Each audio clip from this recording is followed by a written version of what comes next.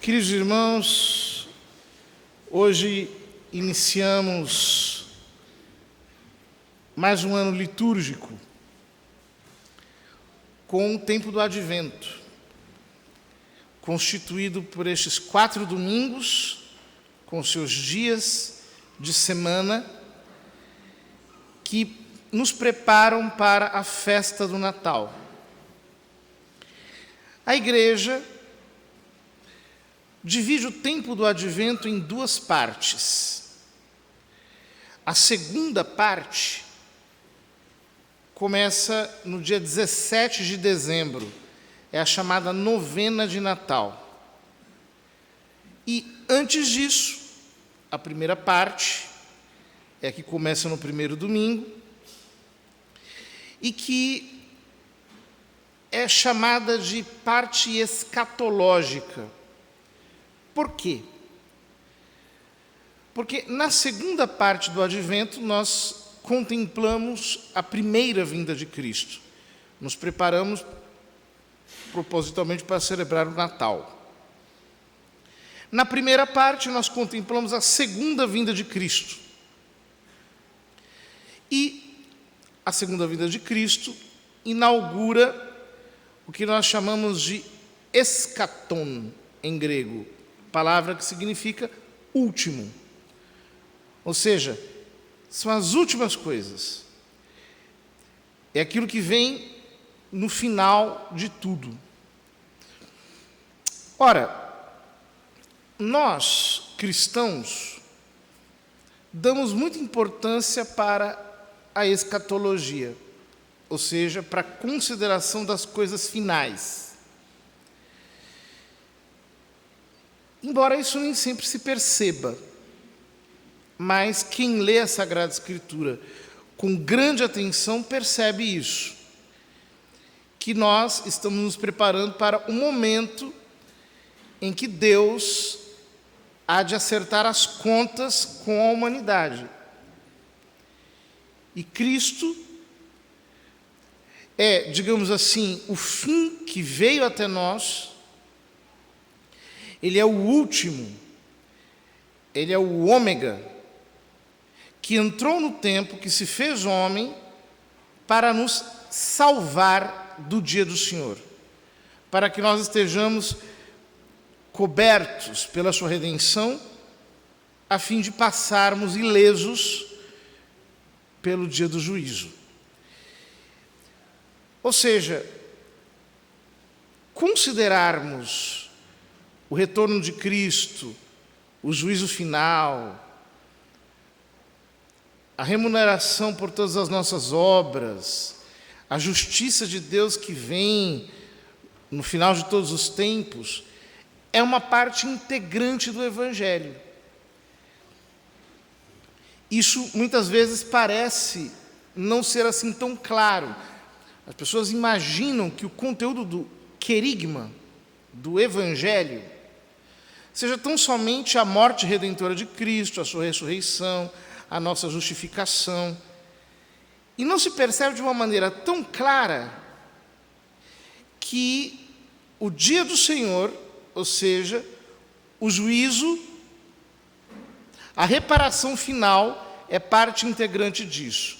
Quando nós vemos São Paulo, no Areópago de Atenas, fazer pela primeira vez o anúncio do Evangelho aos gregos, e nós o vemos abrindo o jogo com eles e dizendo que Deus há de julgar o mundo inteiro através de um homem reservado para isso, Jesus Cristo. Então nós percebemos que, de fato, as últimas realidades são parte integrante da mensagem da salvação. Ou seja, nós precisamos olhar para o segundo advento de Cristo, para a sua segunda vinda gloriosa, entendendo que a cruz, que o seu mistério pascal nos está salvando para passarmos ilesos pela restauração de todas as coisas. Ora, esta perspectiva também nos ajuda a perceber o seguinte: nós cristãos sabemos que o conteúdo conteúdo da nossa esperança é transcendental. Ou seja, nós esperamos os novos céus e a nova terra. Nós esperamos a intervenção definitiva de Deus no mundo. Nós aguardamos a manifestação de nosso Senhor Jesus Cristo, o seu retorno glorioso. A teologia chama esse retorno de parousia. A palavra parousia significa simplesmente presença. Ou seja, o momento em que ele se fará presente, patente na história, no universo. Por que é importante nós sabermos isso e nós lembrarmos isso? Porque senão, nós corremos o risco de fazer com que a esperança seja terrestrializada. Ou seja, parece que nós não aguardamos ativamente o retorno de Cristo. E então nós começamos a achar que nós somos os protagonistas do reino de Deus. Nós é que construímos o reino de Deus na terra. Nós é que fazemos todas as coisas acontecerem. Nós é que faremos uma sociedade perfeita. Nós é que traremos o paraíso para a realidade. Esta ideia, lamentavelmente, entrou no coração de muitas pessoas. E não é de agora. Já faz bastante séculos.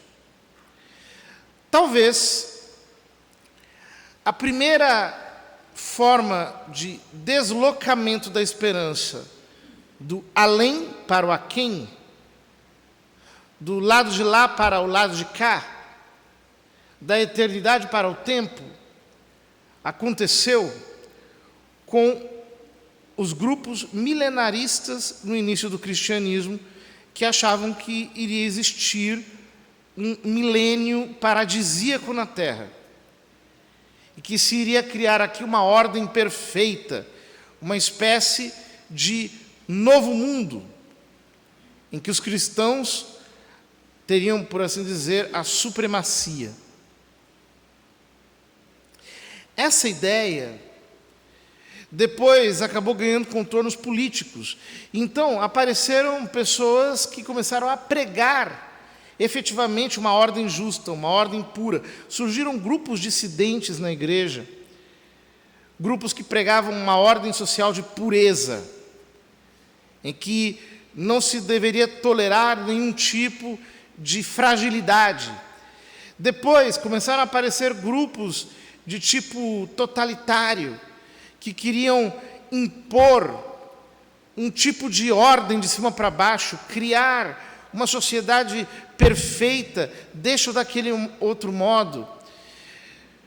Depois, quando nós chegamos ao século XVIII, quando o mundo inteiro começa a flertar com o secularismo, com a ideia de que você tem que deixar Deus de fora, então isso tudo ganha contornos puramente políticos. Nós vamos criar uma sociedade justa, uma sociedade perfeita, uma sociedade maravilhosa. Esse paraíso secular depois é reteologizado. Então começam a falar que esse paraíso humano, social, é o reino de Deus, é a própria ordem querida por Deus. Enfim, é a terrestrialização da esperança.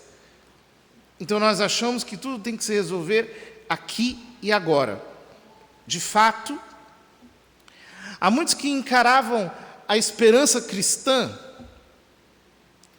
como uma espécie de anestesia. Marx dizia que a religião era o ópio do povo, porque ele entendia que a expectativa cristã pelo fim, a expectativa escatológica, paralisava o homem para que ele não lutasse para fazer a revolução.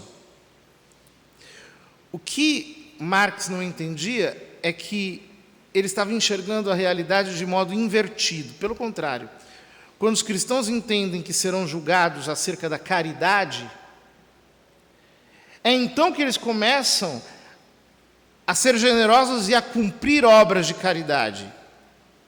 E que essas obras de caridade começam a melhorar o mundo. Mas nós não temos a ilusão de pensar que esse mundo será o paraíso. Não.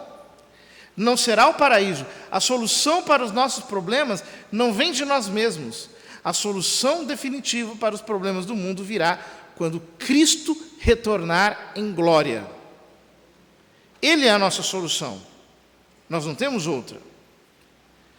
Mas é justamente porque nós cristãos temos uma expectativa escatológica que nós podemos ser críticos em relação a todos os regimes políticos do mundo. Ou seja, como nós sabemos que a nossa solução vem de Cristo, então nós podemos olhar para tudo de uma maneira crítica, não ingênua, não anestesiada. Nós podemos perceber que não existe nenhuma forma política verdadeiramente perfeita. Todas são arranjos falhos e deficientes. É justamente a esperança escatológica que nos faz não abraçarmos ideologias fanaticamente, que nos faz olhar para tudo com uma certa distância, que nos faz nos colocarmos por cima das alterações, das vicissitudes do tempo. É olhar fixo no segundo retorno de Cristo, que nos permite manter a sensatez, a não colocarmos nenhum tipo de esperança na carne, no sangue, no homem, nos poderes da terra. Queridos irmãos, nós não podemos correr o risco de terrestrializar a esperança, porque é assim que nós a mundanizamos e nós nos tornamos cristãos profundamente rasos, fanáticos, com um engajamento cego, sem percebermos que a nossa fé deve ser depositada inteiramente em uma pessoa, Jesus de Nazaré. É nele que nós colocamos a nossa confiança. Nós temos que pensar, será que nós não temos olhado demais para os homens? Será que a nossa preocupação não tem se voltado excessivamente para homens? Será que a nossa preocupação não se tem concentrado demais sobre sistemas, sobre opções temporais, questionáveis? Nós temos que olhar para o fim. Nós temos que ter uma percepção escatológica. A nossa esperança é que Cristo venha. É para isso que nós vivemos, para o seu retorno. Ora, nós sabemos pela Sagrada Escritura que o retorno de Cristo será antecedido por aquilo que São Paulo, na carta aos Tessalonicenses, na segunda delas, chama de a apostasia. Ele diz, primeiro deve vir a apostasia, ou seja, o abandono da fé, o abandono sistemático e integral da fé. E de fato nós vemos que na modernidade, os homens começaram a soberbamente darem as costas para Deus. Começaram a rejeitar a Nosso Senhor, a calcar o Evangelho com seus pés e a quererem construir algo bom, uma sociedade perfeita, com base nas suas próprias forças. A apostasia, porém, pode ser enganosa. Por quê? Porque, olhando para a história, nós podemos ficar com a impressão de que o mundo caminha para um total ceticismo, para um estado de completa incredulidade. E quando nós lemos o livro do Apocalipse, nós entendemos uma coisa: o diabo trabalha com dialética. Ele sempre faz a afirmação simultânea de termos contraditórios. Então, se de um lado ele apresenta o ceticismo, o ateísmo, de outro lado ele apresenta o fundamentalismo irracional. Se de um lado ele apresenta o materialismo radical, de outro ele apresenta o espiritualismo insano. Se de um lado ele apresenta o individualismo mais brutal, do outro ele apresenta o coletivismo mais irresponsável. E assim nós vemos que o capítulo 13 do livro do Apocalipse fala de duas bestas. A primeira é a chamada besta política. E a besta política também é dialética. Ou seja, de um lado, ela promove o absoluto desejo de igualdade, o igualitarismo ideológico. Então nós temos que ter igualdade total, que vai desembocar no comunismo. A igualdade planificada, de cima para baixo. E de outro, ela favorece o liberalismo, quer dizer, a liberdade absoluta, total. No primeiro caso, você tem o totalitarismo de Estado. No segundo caso, você tem o totalitarismo do mercado, o totalitarismo das corporações, que vão determinando o destino da humanidade. Dialética. E nós, no meio, assistindo isso tudo. Algumas vezes, o discurso de tipo coletivista, de tipo igualitário, cresce. Então, as pessoas aderem àquela ideologia, ficam fanáticas. Quando isso aqui já chegou ao exagero, ao excesso, ao paroxismo, então se passa para o discurso oposto. Liberdade, liberdade, liberdade, liberdade, liberdade, liberdade. E aí, mercado, mercado, mercado, mercado. As corporações começam a dirigir o comportamento da sociedade inteira. Pronto. Isso chega ao paroxismo, à fome, à miséria. Vamos de novo para o outro polo. Sempre assim. Indo de um extremo ao outro. Indo de um lado do pêndulo ao outro lado. Ideologia. Política. Mas nós ficamos com a impressão falsa de que isso é apenas a política selvagem. Uma política de répteis. De pessoas que estão lutando pelo poder. E, portanto, que não há nenhum tipo de apelo ou de sentimento religioso por baixo. Engano, porque existe. Além da besta da terra, da besta do mar, nós temos a besta da terra, que é o falso profeta, que representa a espiritualidade, a religião, aliada com todos esses discursos políticos, que justifica tudo isso. É o discurso religioso que vem para respaldar o totalitarismo socialista, ou o discurso religioso que vem para respaldar o liberalismo de mercado.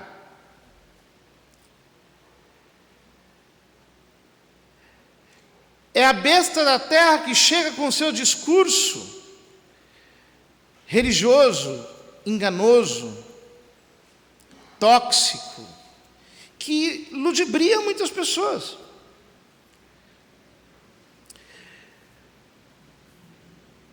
Eu vejo hoje com uma certa preocupação que está reaparecendo um certo paganismo. Na década de 90 nós falávamos muito sobre a chamada nova era. Esses dias mesmo eu estava ouvindo uma palestra do Padre Jonas, do ano de 93, sobre este assunto. E pensando, meu Deus, como isso tudo é muito atual. Por quê? Porque se apresenta um tipo de espiritualidade que não está centrada em Cristo, mas que está centrada em superstições, em adivinhação, em esoterismo. Ou seja, ao invés das pessoas quererem se unir a Cristo pela oração, pelos sacramentos, pela fé e assim por diante, elas começam a se preocupar com todas aquelas coisas que são de índole puramente natural, supersticiosa. Então começam a pensar em numerologia, quais são os números que estão por trás dos nomes, em astrologia horária, em fazer perguntas para o universo. E eu me pergunto, o fulano que começa a fazer isso está conversando com quem? Com Deus é que não é. Com fluidos, com energias, com adivinhação, cartomancia.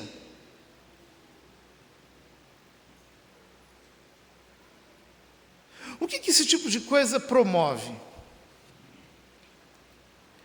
Promove um tipo de espiritualidade esquisita, centrada no eu, nas próprias necessidades, curiosa, que tenta desvendar simbolismos por trás daquilo que nós deveríamos discernir apenas o Verbo encarnado.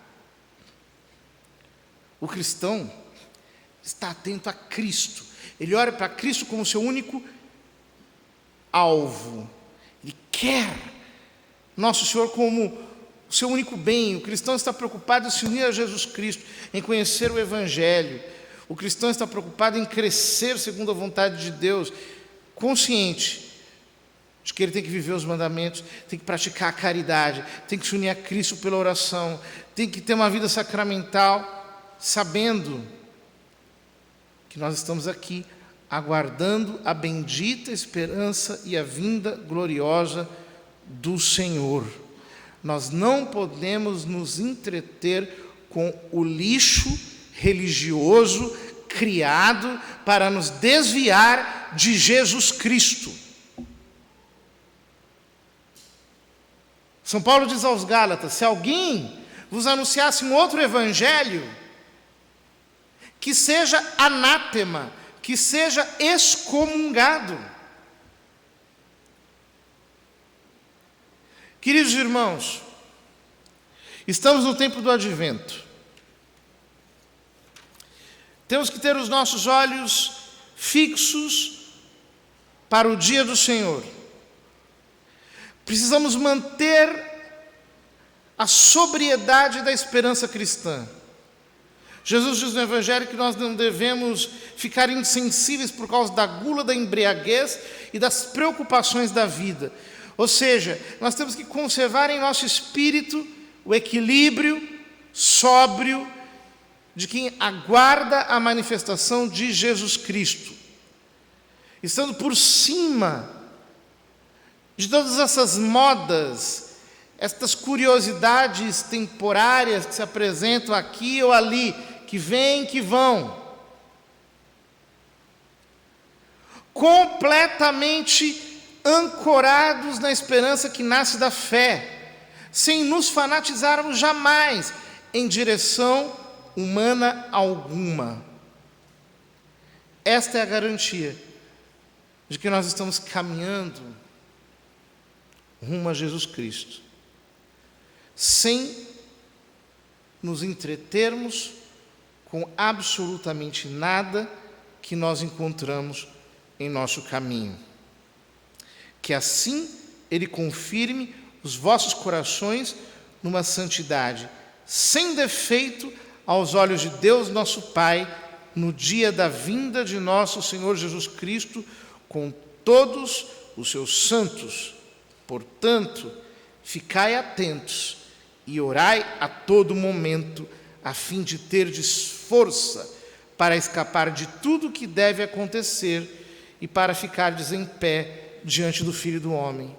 São Lucas nos exorta à oração.